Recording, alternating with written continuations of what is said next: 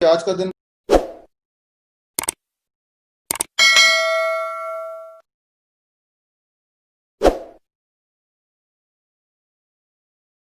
बड़ा इंटरेस्टिंग होने वाला है द नेक्स्ट 1 आवर एटलीस्ट।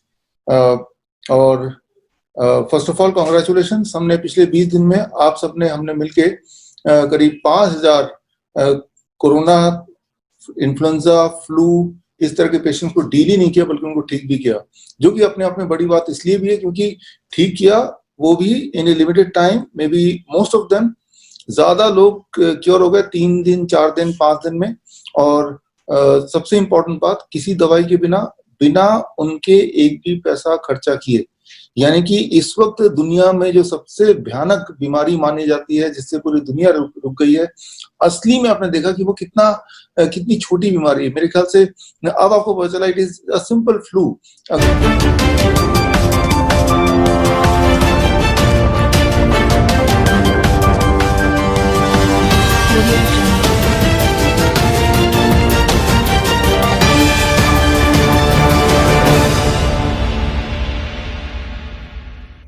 बात समझिए, तो ऐसे पेशेंट को क्या करें जिसका काम इससे भी नहीं चल रहा, तो उसे हमें देना है प्रोन वेंटिलेशन। प्रोन वेंटिलेशन क्या होता है वो देखिए, पिछली बार मैंने बताया था। देखिए ऐसे नॉर्मली हम सोते हैं, जब इस तरह से हम सोते हैं तो हार्ट का प्रेशर लंग्स में आता है और जो पेट का जो एब्डोमेन के जो सारा मटेरियल है उसका प्रेशर भी लंग्स में आता है। और लंग्स में जिस हिस्से में देखा डॉट डॉट डॉट है, यहाँ की जो एल्वुलाई है यानी कि एयर सैक, छोटे छोटे बलून, वो सारे पिचक जाते हैं, जिसके अंदर हवा होना चाहिए, जिससे हवा ब्लड में घुलने के लिए एयर एक्सचेंज होता है। तो वो सारे जो है वो पिचक जाते हैं, वो सारे पिचक जाते हैं, वो सारे जैसे आप देख रहे हैं। तो ये है इस पोजीशन में जब लेटते हैं नॉर्मली। लेकिन जब हेल्दी इंसान जब लेटता है तो फिर पिचकने के बावजूद भी हमें फर्क नहीं पड़ता है। जब पिचक जाते हैं तो हमारी लंग्स की कैपेसिटी 20% कम हो जाती है, लेकिन अभी जो 80% है ना उससे हमारा काम चल जाता है, पता भी नहीं चलता है राइट नॉर्मल कंडीशन में। लेकिन जिसका लंग्स ऑलरेडी कॉम्प्रोमाइज्ड है उस केस में ये जो 20% और कम हो गया, इससे उसकी ब्रीदिंग डिफिकल्टी बढ़ेगी। लेकिन इसका ठीक उल्टा कर लें, उसी को अगर उस पेशेंट को इस पोजीशन में लिटा दें, आप देखिए इसे कहते हैं प्रोन पोजीशन, इसे कहते हैं प्रोन वेंटिलेशन। तो इससे आप देखिए वो जो डॉट डॉट डॉट थे उनके साइज बढ़ गया, यानी कि लंग की कैपेसिटी 20% बढ़ गई। तो बस लाइफ एंड डेथ के बीच में ये 20% का ही फासला है, इतना ही है। तो प्रोन वेंटिलेशन से उस इंसान की जो ब्रीदिंग कैपेसिटी है वो 20% बढ़ती है, बस इतना ही हम उम्मीद करते हैं।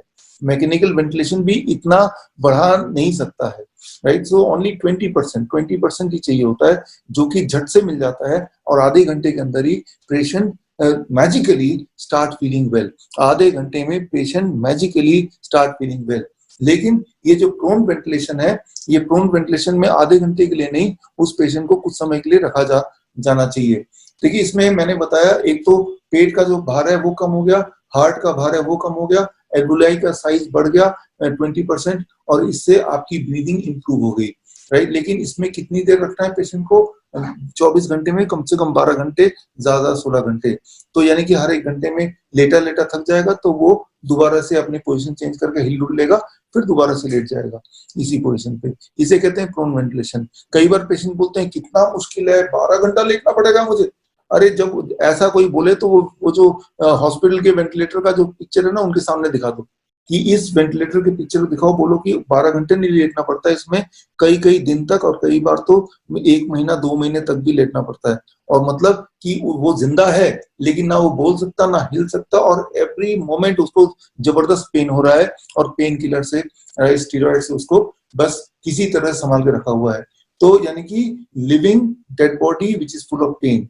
तो जब उसको देखेगा तो ऐसे सिंपली लेटना उसको बहुत आसान लगेगा राइट। और उसमें भी उसको लाखों खर्चे होने वाले हैं, और लाखों खर्चा होने में के बाद भी जिंदा रहने की पॉसिबिलिटी कितनी है? वो 10 में से 9 लोग तो भगवान को प्यारे हो जाएंगे, एक जिंदा रहेगा, उस एक में भी आधे लोग, मतलब उस एक में भी चांसेस है कि कुछ दिनों में मर जाएंगे, या फिर वो लाइफ लॉन्ग पैरालाइज रहेंगे जब तक जिंदा रहेंगे। वो सारा सिनेरियो अगर किसी को पता चल जाए तो ये जो 12 घंटा लेटना है या 16 घंटा लेटना है, फॉर दैट मैटर अगर किसी को 24 घंटा भी एक दिन लेटना पड़े, ये बड़ा आसान लगेगा राइट। एक तो मुफ्त में है, दूसरा every moment the patient is improving. जरा सोचिए, जो उसकी ब्रीथिंग कंडीशन थी हर पल वो बेटर हो रहा है, बेटर हो रहा है, बेटर हो रहा है। एक बात याद रखिए, जो मैकेनिकल वेंटिलेटर है वो कभी भी किसी भी पेशेंट को ठीक नहीं करता है। ये मैकेनिकल वेंटिलेटर कैसा काम करता है, मैं आपको उदाहरण देकर समझाता हूँ। मान लीजिए आपकी गाड़ी की पेट्रोल खत्म हो गई, तो धक्का देने से क्या गाड़ी के पेट्रोल आ जाएगा? नहीं आएगा। धक्का देने से क्या होगा? सिर्फ गाड़ी को पेट्रोल पंप तक ले जा सकते हैं, बस वही काम कर सकते हैं। तो मैकेनिकल वेंटिलेशन क्या है, वो पेशेंट के लंग के कंडीशन को ठीक नहीं करता है, ना ही वायरस को भगाने का काम करता है। मैकेनिकल वेंटिलेटर गाड़ी को धक्का लगाने का काम करता है। लेकिन मान लीजिए आप गाड़ी को धक्का लगा रहे हैं और सामने पेट्रोल पंप है नहीं, कहीं भी नहीं है, तो क्या धक्का लगाने से कुछ फर्क पड़ेगा? धक्का लगाने से उल्टा ड्राइवर और थक जाएगा, और अगर धक्का लगाते वक्त रात के अंधेरे में जंगली जानवर आ जाएंगे तो वो भी खा जाएंगे। तो सेम थिंग होता है, जैसे वेंटिलेटर पे लोगों को लगाते हैं, with in the first 24 hours वो बैक्टीरिया उसके लोअर ट्रैक में आ जाता है, लंग में, और बैक्टीरिया घर बना देता है, वो निमोनिया होता है, और निमोनिया से उसकी डेथ होती है। बोलते हैं कि ये निमोनिया से डेथ हो गई। It is not death because of pneumonia, it is the death because of the ventilator. तो मैं ये बोलना चाह रहा हूँ कि ये जो वेंटिलेटर आप देख रहे हैं, प्रोन वेंटिलेशन जिस तरह से है, this is the best thing, जिसमें कोई साइड इफेक्ट नहीं है, कोई पैसा खर्चा नहीं है, और इसमें जब लेटेंगे तो बस इस बात का ध्यान रखना है, पिक्चर में देखिए कि जो लोग मोटे हैं, जिनकी तोंद निकली हुई है, वो जब लेटेंगे तो उनका जो तोंद है ना, वो तोंद भी दबाएगा लंग्स को, और लंग्स की कैपेसिटी जो 20% बढ़नी चाहिए थी वो बढ़ेगी नहीं। तो ऐसे मोटे इंसान को फायदा नहीं होगा। तो ऐसे मोटे इंसान को आप देखिए सबसे नीचे वाली फोटो में, उनको पिलो लगा के एडजस्ट करके जिसमें उसको कंफर्टेबल लगे। जब उसको कंफर्टेबल लगेगा तो समझ लीजिए पिलो ठीक जगह पे लग गई। कैसे पता चलेगा कि पिलो ठीक से लगाया कि नहीं? तो जब उसको कंफर्टेबल लगेगा, when he is feeling comfortable, वो पेट के नीचे लगाया या लोअर पार्ट में लगाया या पैरों के नीचे लगाया, इस तरह से जब बोल रहा है कि आई एम कंफर्टेबल, मुझे ब्रीथिंग आसान लग रहा है, तो मान लो कि वो आपने ठीक से प्रोन पोजीशन में उसको लिटा दिया है। तो वो एक हिट एंड ट्रायल की बात है, वो पेशेंट खुद ही फीडबैक देगा। तो इसे कहते हैं, क्योंकि उसको कई घंटे तक लेटना है, he has to be comfortable. तो ये है ब्रीदिंग को मैनेज करने का।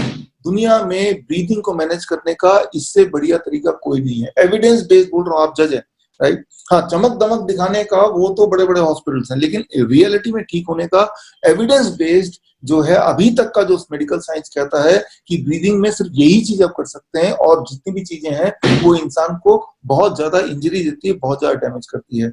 तो अब इसके आगे हम जाना है विश्वरूप.com/नाइट ड्यूटी, विश्वरूप.com/नाइट ड्यूटी में जाना है, और जाके आपको जो ये फॉर्म आएगा जो मैंने दिखाया था, उस फॉर्म को भरना है।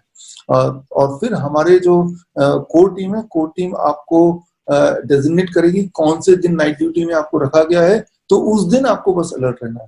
वो आपके प्रेफरेंस के हिसाब से डेट हो सकता है, और उस दिन आप रहेंगे तो आप देखेंगे कि that will be a unique experience. जब वो पेशेंट एक्सपेक्ट ही नहीं कर रहा होगा कि कोई एक्सपर्ट मुझे मिल जाएगा आधी रात को, और तब एक्सपर्ट मिल जाएगी, तो इससे बड़ी बात क्या हो सकती है? So that can be a real contribution to the society. And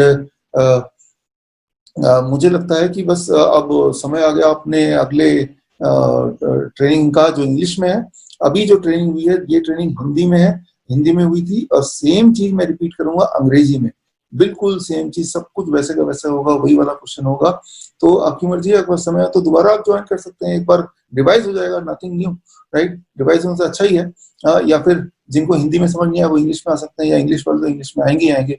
तो और इसके बाद आपका एक फाइनल एग्जाम होगा, नंबर 1। नंबर 2, आप सबको एक फॉर्मेट देंगे, उस फॉर्मेट में एक पेशेंट का, कम से कम एक पेशेंट का आपको केस स्टडी लिखना है।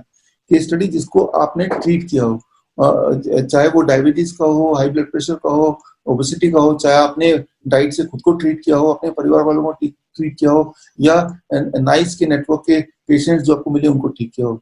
हर एक को कम से कम एक पेशेंट का केस स्टडी देना है, और हर एक को फाइनल एग्जाम में अपीयर होना है। And once you pass that, then comes the certification. So अब सर्टिफिकेशन ज्यादा दूर नहीं है। आई एम श्योर कि आप लोगों ने सब कुछ समझ लिया। और यहाँ बहुत सारे सवाल और भी आपने पूछे हैं लाइफस्टाइल डिजीज के बारे में, लेकिन आज हमने लाइफस्टाइल डिजीज को नहीं छेड़ा, क्योंकि वो हमने पहले ही ले लिया था। आप देखेंगे जितने सवाल आपके पहले दिन नहीं थे, आखिरी दिन आते आते कई गुना सवाल और बढ़ जाएंगे। That's what we are calling ourselves practicing medical practitioner और प्रैक्टिसिंग डॉक्टर, क्योंकि जितना आप इसको प्रैक्टिस करेंगे उतने सवाल बनेंगे और बनने भी चाहिए, आपके लिए भी और मेरे लिए भी। सो इसी के साथ I conclude this session and उम्मीद करते हैं जल्दी किस दिन will meet face to face. All the best, धन्यवाद। और अगर सब्सक्राइब करोगे तो लाल वाला बटन उप मुख्यमंत्री डॉक्टर दिनेश शर्मा ने समिति के अध्यक्ष प्रोफेसर दबाओ यार, कनीजा बस दबाओ। से कहा अब चलो यार, मैं भी जा रहा हूं। मैं अधिकांश